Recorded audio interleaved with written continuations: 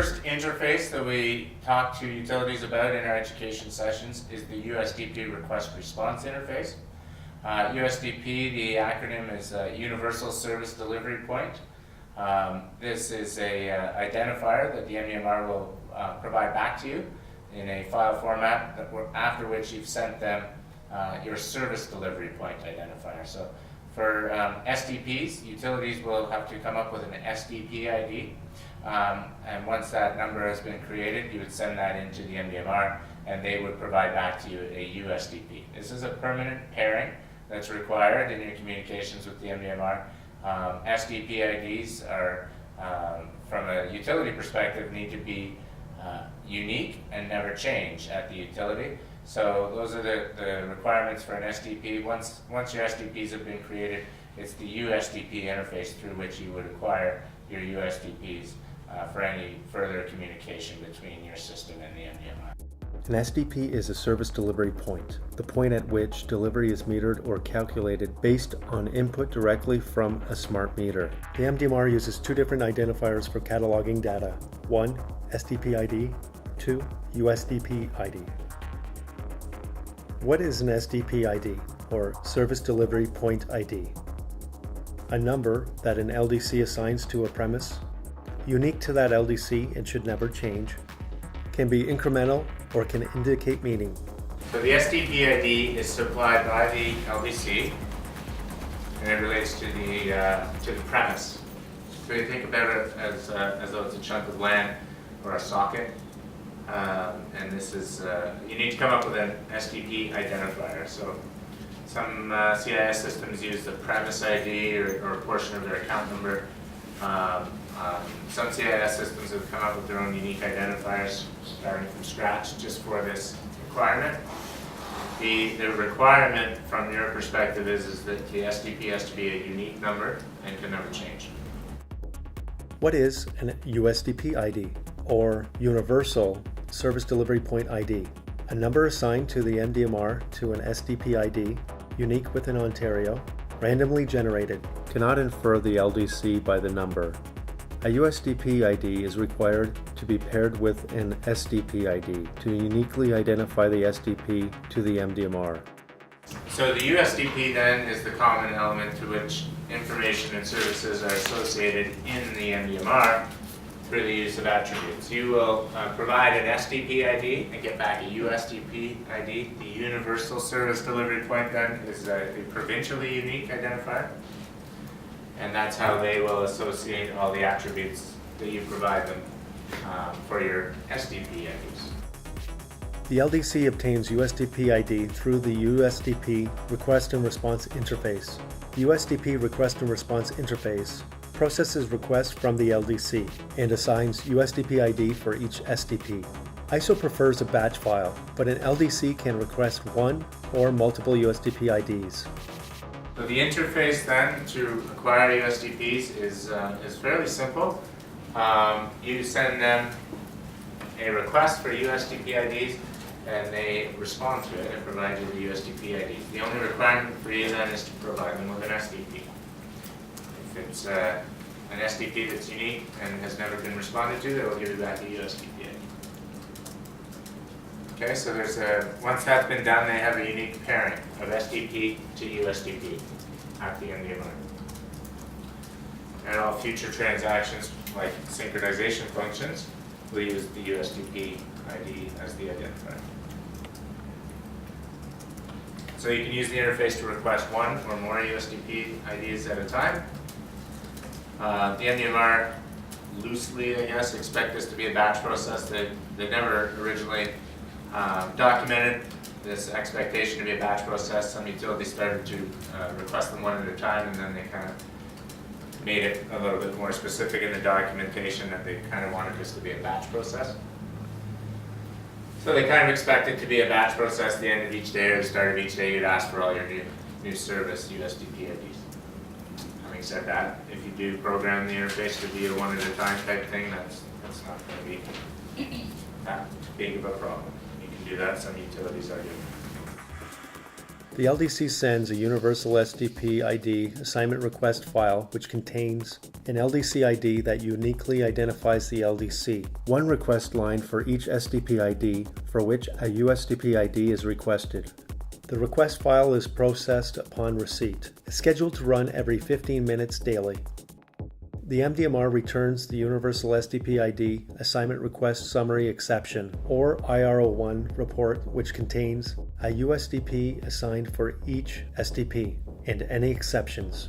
The IR01 report will not inform you if the CIS sent a request, but no response was received. That is, if there is an AS2 transfer problem. Therefore, UtilAssist recommends that a CIS report is developed to query CIS for SDPs that have a USDP request date, but no USDP ID stored. The MDMR produces exceptions for the following conditions. The LDC is unknown to the MDMR. The file contains an LDC ID that does not match the LDC that sent the file. The SDP ID has already assigned a USDP ID. The file format or data type is invalid. There are 4 possible transaction codes. 00, the USDP ID has been assigned successfully. 01, the LDC ID is invalid. 02, the SDP ID has already been assigned.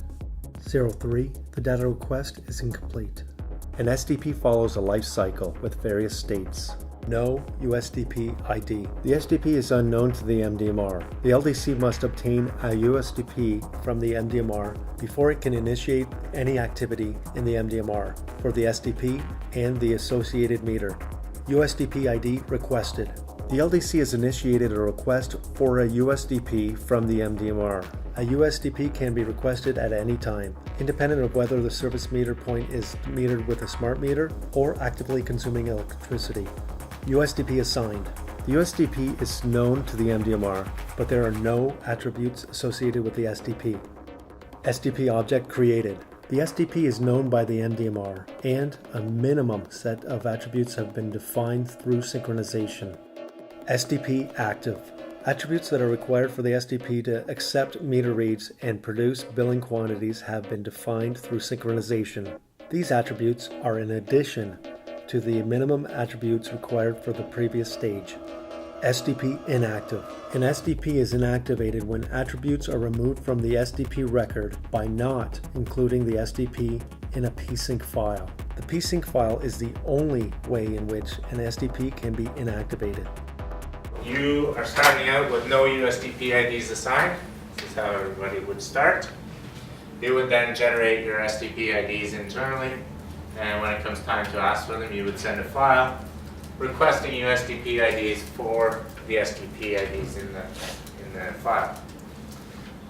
So the MDMR USDP ID generator then processes this request file, and they generate USDP IDs in the USDP ID generator.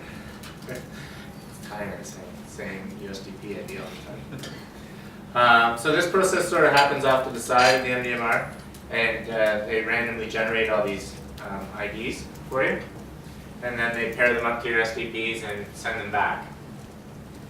Okay, at that stage you have now had your SDP IDs assigned. And I mentioned that it happens sort of off to the side because the MDMR still really isn't aware of these numbers until you've sent them in a sync file.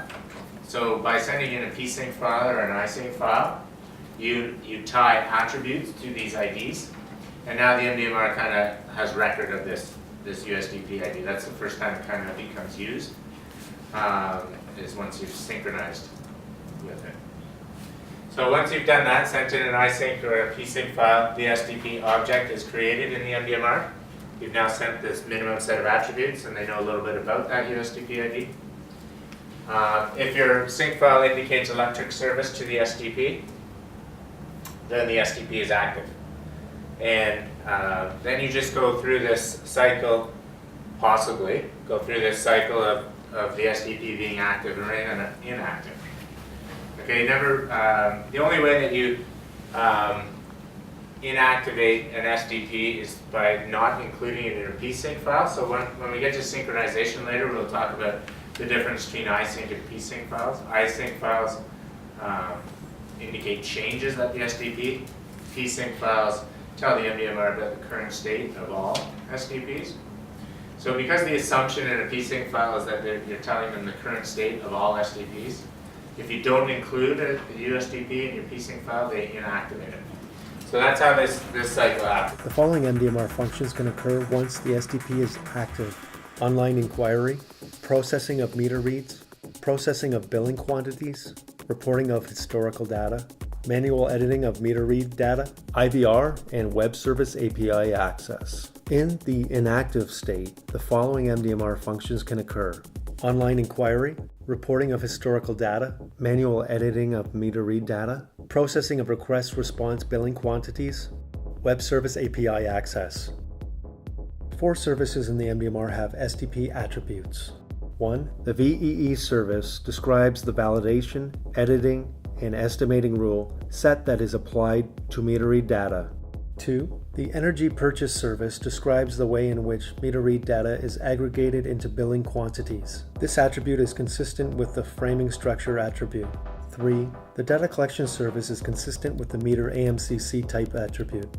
And 4. The data delivery service relates the billing quantity data from the MDMR to the LDC. This is a sample business process diagram for the USDP request process. Mike Strano walks you through the process. So when we review these diagrams, there's a couple different things that we're going to look at. And swim lanes are one of them. What are called swim lanes, going horizontally across the page. The swim lane identifies kind of accountability for the boxes that are in it. So the boxes can be processes or steps in a process, and they're allocated to the owner of the swim lane. So we've got the sync operator starting off this process. Anytime we identify a sync operator, this is somebody at the utility that it's not really set in stone who does this job. These are kind of new jobs, and until you decide who your sync operator is and which pieces of which processes they're responsible for, it's just kind of a kind of catch-all swim lane for anything new. We got the sync operator starting off this process, determining a need for the USDP. So for the most part, once you're in your enduring process, the need for a USDP comes about because of a new service. Right? Otherwise, when you go through cutover, you're going to get all your existing USDPs and you're going to be done. And then the only time you need new ones is new services. But that is another need for USDP, right? Cutover, the big bang approach to it. The sync operator would trigger the process. The CIS system then would build a batch file.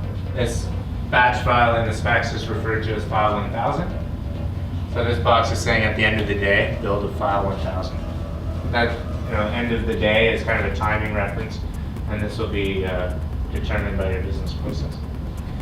We highlight the AS2 at the utility and the MDMR. Where space allows it, we try to always put in the file transfer because these are failure points. So when processes break down, you can always refer to the diagram and say, where are the failure points in this process, what could have gone wrong?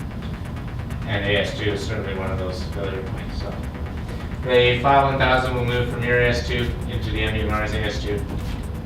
They will receive that file and begin processing it. These decision blocks down here will refer to some of the business rules for this interface.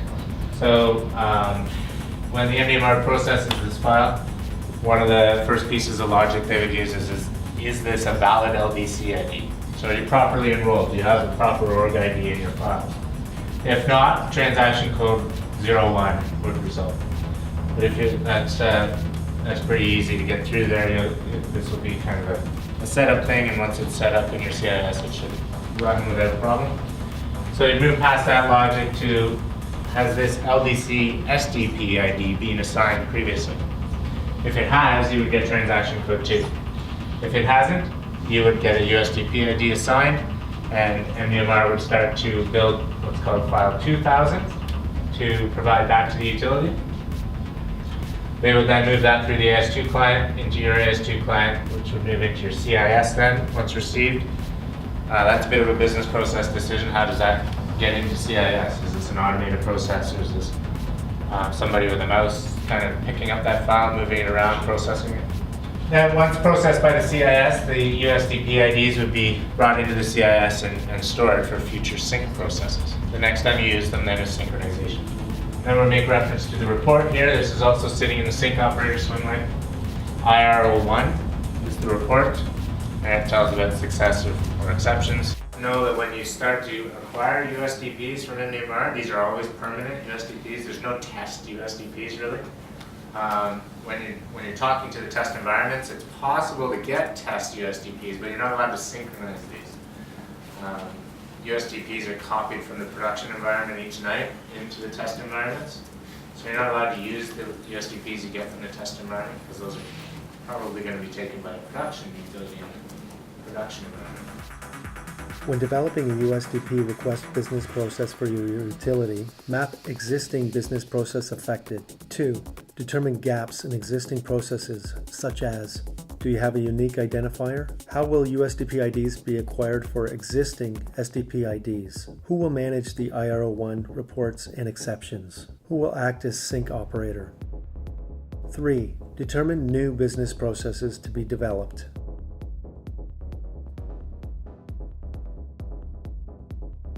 Once you've gone through your formal testing stages, you'll be given permission to cut over into the production MDMR. While we're still in Education Session 1 and talking predominantly about the USDP request response interface, at the end of the session we'd like to talk about a couple of processes that will come into play later on, but we feel that it's important to start thinking about them early. So the cutover process, one of the things that we really stress during that business process discussion is the idea of web presentment of information. Once you get cut over into the MDMR, you're going to be busy with many other functions, and so we've seen some utilities perhaps leave their consideration around web tools a little bit too late and end up getting into a bit of a hurry to try and pull these tools together so that when they begin billing on time of use, they can provide the education tools that they feel they want to provide. So one of the things you may want to add into your project plan early is the development of an RFP, should that be required for your utility, for a web tool. So these are, along with the web tool, are educational pamphlets and sort of mailings perhaps that you'll want to provide to your customer base. So these things should all be considered fairly early on, as they will require time to develop the material and then have it prepared in time for when you begin your cutover to time of use. Web tools are, I think, one of the most important things that we talk about in our cutover strategy during Education Session 1 is just a reminder to think about these things. The other things that we stress during that cutover business process document is the unit testing requirements. You want to think about your business processes in advance, which is what we're doing now. We're starting to get you moving on your documentation of business process so that you can properly test these functions. And then finally, the last thing that we talk about in this document is the actual synchronization at the time of cutover, and some of your V service codes and synchronization functions that can impact how you cut over. One consideration, for example, is your AMI data. ISO MDMR does not like it when utilities perhaps synchronize small numbers of SDPs but then submit AMI data for their entire population. So this is not an easy process to work around, so you should think about it early, and for the most part I think utilities end up concluding that perhaps it's just easiest to synchronize all their SDPs in the first few days of cutover. So those are some of the things that we talk about in our preparation for cutover strategy. It is important to note that the MDMR does not functionally tie flowing meters to the billing process. You could flow meter data from the MDMR and not bill for months, even years, before starting to bill from the MDMR. Your TOU schedule is not dependent on the schedule to migrate meters to the MDMR. Take advantage of this opportunity to tune your AMI network. A properly tuned AMI network should collect between 98 and 99% of data. Develop your MDMR business processes, which once cut over, you can use for testing. Become familiar with MDMR reports. Become familiar with the service request process to resolve NVE intervals. Work on ODS functions, such as backfill of data. Prepare customer educational material. Develop web presentment tools. An RFP may be required.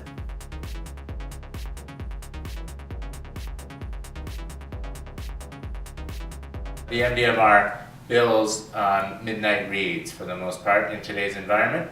So all of your usage data will be framed on a 24-hour basis from midnight to midnight. Because your existing business process to bill involves manual meter readers that are walking around through the day, not acquiring midnight reads, there is a transition that you need to go through to move your billing process into a midnight read billing process before you begin acquiring your bill quantities from the MDMR. So there's a transition there that should be considered. This is made fairly easy through the use of interfaces such as your DCI, DCO process, which could be provided to another vendor such as an ODS provider to provide back to you midnight readings to accommodate this need. So if you're not going to utilize an ODS and don't have such things as a DCI, DCO interface, which most of the systems use today, then we should talk further about this process to make sure that you haven't put yourselves at risk for duplicating billed quantities to your customers or having to move through a stage where you lose consumption and are not able to bill for it. So this midnight read process is not necessarily a difficult one, but should be considered well in advance. This is a sample business process diagram for the midnight read process. Mike Strano walks you through the process. This business process diagram is kind of generically illustrating for you just a request file, and you just stick the name DCI, DCO in there if you're going to use an MVRS file format. Put that through your AS2 or some other file transfer protocol to your ODS. We've got this labeled as AMCC/ODS.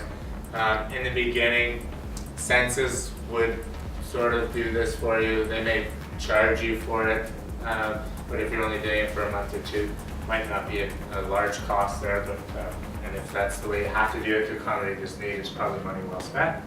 But basically, you're going to provide a file to the ODS where they will go and try and find the closest midnight register read to your billing date and put that into a response file, send it back to you, and you will move through the billing process that you're in today, register read billing. This concludes the USDP interface module. In session 2, UtilAssist walks you through the next MDMR process, synchronization.